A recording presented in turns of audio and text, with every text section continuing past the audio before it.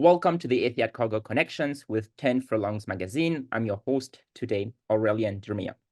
Today, we welcome William Knight, celebrating Frost at Dawn impressive second place in recent conditions race.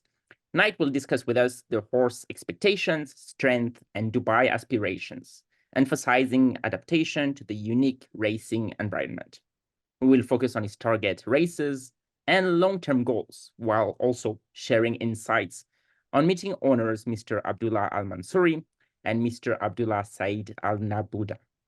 We will also reflect on his Dubai racing journey, anticipate Sir Busker return, and hint at more GCC Bond stars. Closing with predictions for Middle East horse racing future and a heartwarming anecdote about Frost at Dawn personality, encapsulating the excitement surrounding this dynamic duo. So, William, how are you doing? Very good, thank you. Very good. Thank you for being here. So let's get started. So first of all, congratulations on Frost at Dawn impressive second place in the conditions race. Can you tell us a bit more what your hopes and expectations were for him going into that race? And how did his performance exceed or maybe meet those expectations? Well, yeah, look, I was delighted with her run. Obviously, that was her first run on the dirt there just before Christmas. She'd run on the all-weather back in the UK, had two runs. She was second on debut, and then won second time out. So, you know, and she's always showed a fair level of ability back at home. It was slightly looking outside of the box, heading out to Dubai, because naturally a filly back in the UK like this, you would give the winter off, you come back for, you know, maybe a Guineas trial next or this year. But I just felt that she's quite a strong filly. She's and with her pedigree, I just thought it would suit the dirt out in Dubai and maybe the turf, the fast turf out there. So, you know, it was she's owned by a Dubai-based owner, and we just thought it was, you know, maybe something worth exploring. So yeah, it's always when you fly them, you know, across the other side of the world, or I know it's at the other side of the world, but far away, you know, there's always, you know, it makes it sort of almost more expectation. But so, you know, when she ran as she did the other day, I was very pleased. And I think she probably came up against quite a good filly of Fauzi Naz's, who she competes against tomorrow night as well. But no, I thought it was a very satisfactory run, and she'll come on for that. So hopefully she runs a big race there tomorrow. That's excellent. Well, Frost at Dawn had, you know, great potential throughout her career so far. But in your opinion, what are the biggest strengths and weaknesses, you know, on the race track for her? Well, I think when you run on the dirt, you've got to have good gate speed. And I think that's what she had shown back at home. You know, when she won at Chelmsford, she sort of sat handy away. She's quick out the gates. And I think that's important out in Dubai. And I think her action suggests she was going to go on the dirt, and her pedigree suggested that, you know, she's bifrosted out of a Warfront mare. So there's quite American dirt there in the pedigree. So, yeah, that was definitely one of the reasons why we took the chance.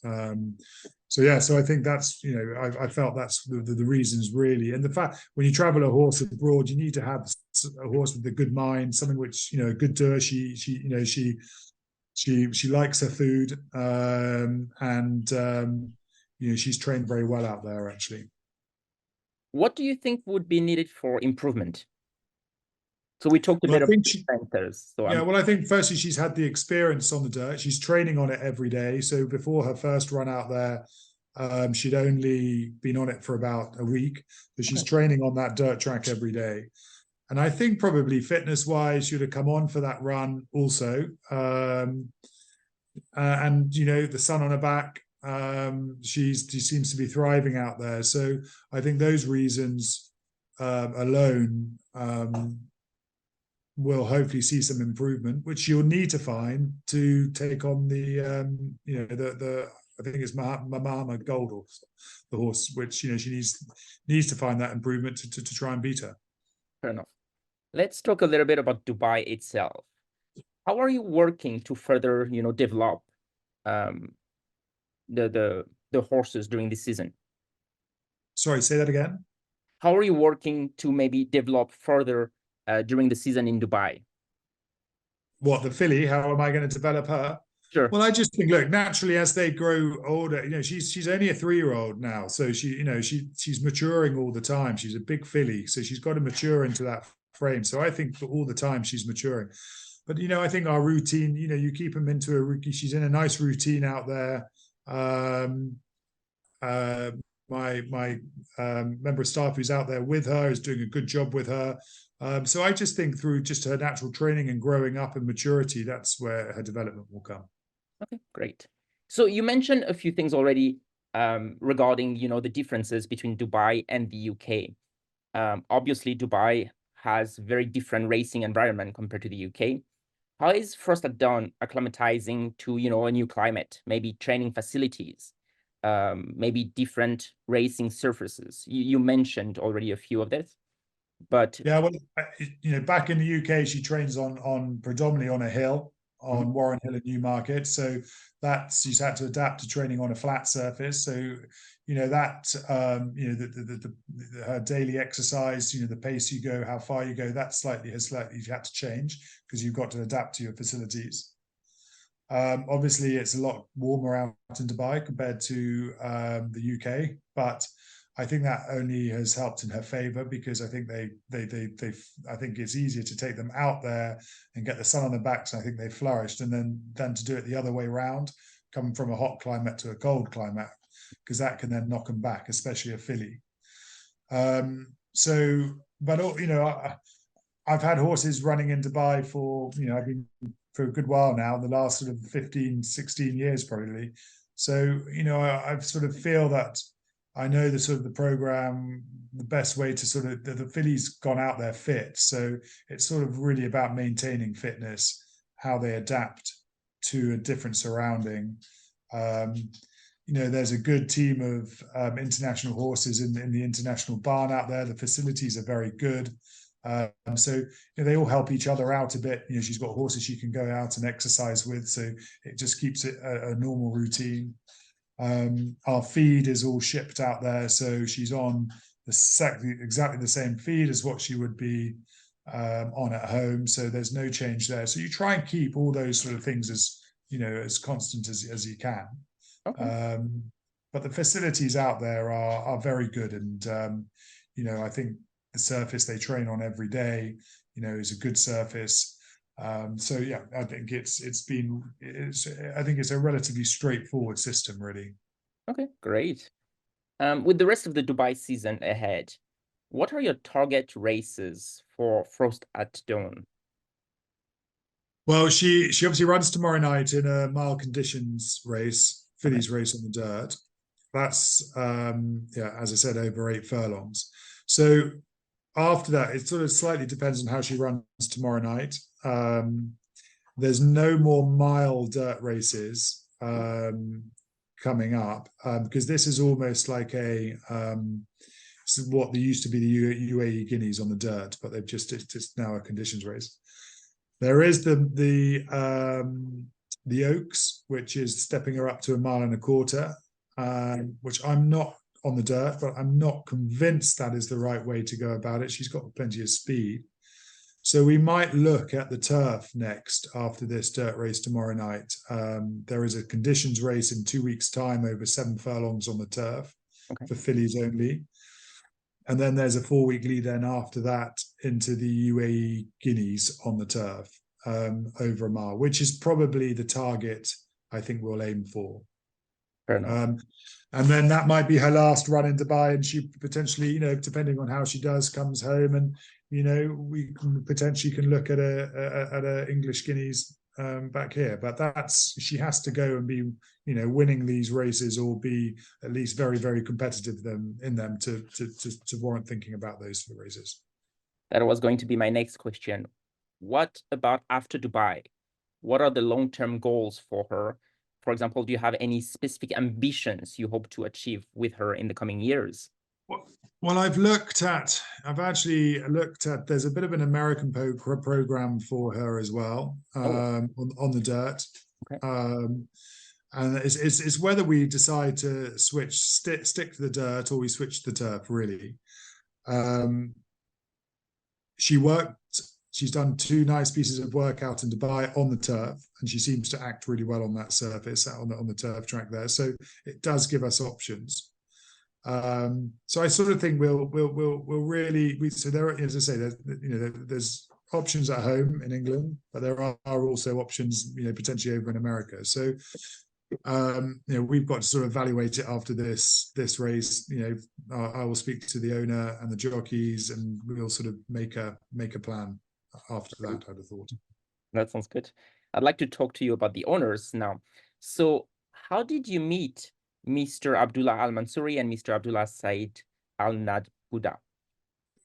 Well, I've trained for Mr. Abdullah Al Mansouri for the last 3 years. He is part of the RABA organization, so under the sort of the Dali umbrella, the Godolphin umbrella. So so I've had horses for him. Although he is born in Dubai, I think he is UK based. But I've had a few horses for that organization, and he's a very he's had some decent horses in his time and been a successful owner. So hopefully, we can continue that success for him. How many horses do you have together? Only the one at the moment, Okay. but I've had more before that. So hopefully he might send me a few more after this one. That sounds great. Yeah, very good. You've been involved in Dubai racing for quite a bit of time. How did it all started? Well, the first horse I ran out there was a horse called Illustrious Blue. Actually, he was my first ever runner out there, and I think he won on his. So my first ever runner out there was a winner. So Excellent.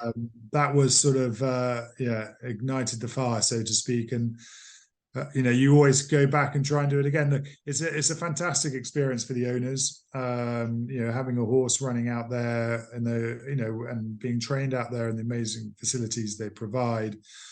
It's what everyone goes into ownership for, to have horses which can compete on an international circuit. And also as a trainer and my staff, it's a nice thing to be able to do. You're competing for good prize money, although it is very competitive, and you are racing in other jurisdictions, which I think is exciting. And as I say, there's the real buzz to it when you go out there. We saw Sir Busker in 2023 Dubai Turf. Do you think we can expect him again later in this season? I think we're going to keep him back at home. We did think about going out there. It was documented after his race in the Dubai Turf last year, he got an eye infection from the kickback. So he ended up having 2 months in hospital out in Dubai, and he very, very nearly lost his eye. And the Dubai surgeons did an amazing job, and so it sort of knocked the stuffing out of him a bit out there. And when he came back, it took us a bit of time to get him back to his old self. He's feeling better. When we looked at it this year, there were a couple of options for him.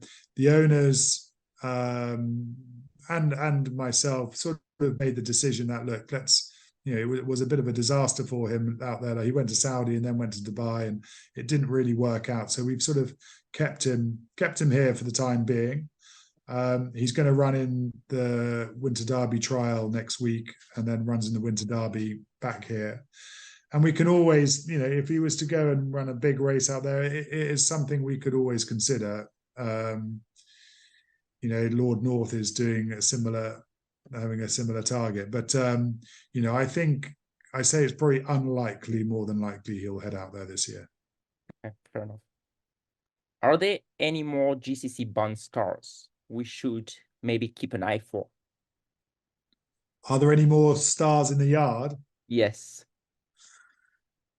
Look, I've got a couple of nice horses, which a nice older horse, Check and Challenge, who hopefully was he ended up winning a listed race at the end of last year. He's a genuine Group 3, probably Group 2 horse, and I think that he would be my sort of flagship horse for this year, as in the horses which compete in the big races, and hopefully something might come through the woodwork, in the 3-year-old division. But it's sort of early days at the moment, and but we live in hope, and that's what keeps us going. That's true. Horse racing has been incredibly popular in the region, especially in the Middle East. What are your predictions for the future of horse racing in that region, and what excites you the most about its potential?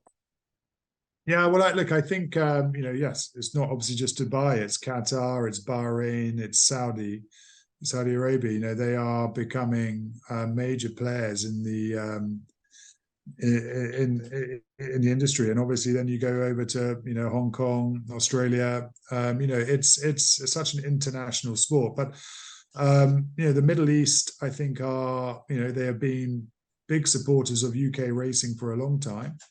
I train for, I have some Dubai owners, I have some owners from Qatar, and I also have some owners from Saudi Arabia. So I'm very lucky to sort of train for them, and they put a lot of money into the industry, and they are they give you a chance to buy a nice horse.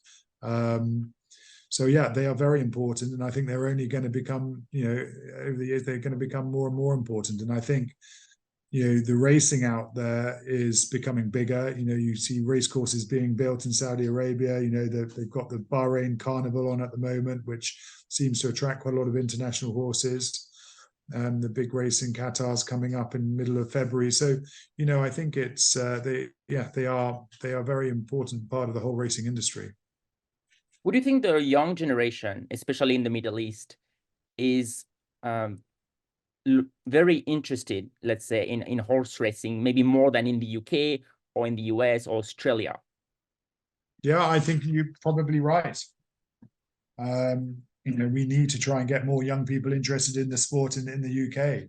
But I do think there's a very good following for racing out in the UAE, and the younger generation as well. And it is, yeah, it's good because it's good for the future of the sport. Sure. And finally, on to the last question, William. So going back to Frost at Dawn, can you share maybe a funny story or a heartwarming anecdote about her that showcases her real personality? She can be quite stubborn. Ah. She didn't like going onto the horse box when she left to Dubai, but I think she'll probably, now she's out there, realize actually it was quite a good move putting her foot on that horse box heading out there, because she's now out enjoying the sunshine. So, but I think all these good horses, they all have a little bit of a streak to her, and she's definitely got that. She's, she can be a little bit stubborn sometimes, but which can be a good thing as well. I mean, but she likes to put her foot on the accelerator in her races, so I don't mind so much then. So she seems to enjoy her racing. Well said. Well, thank you so much, William. Pleasure.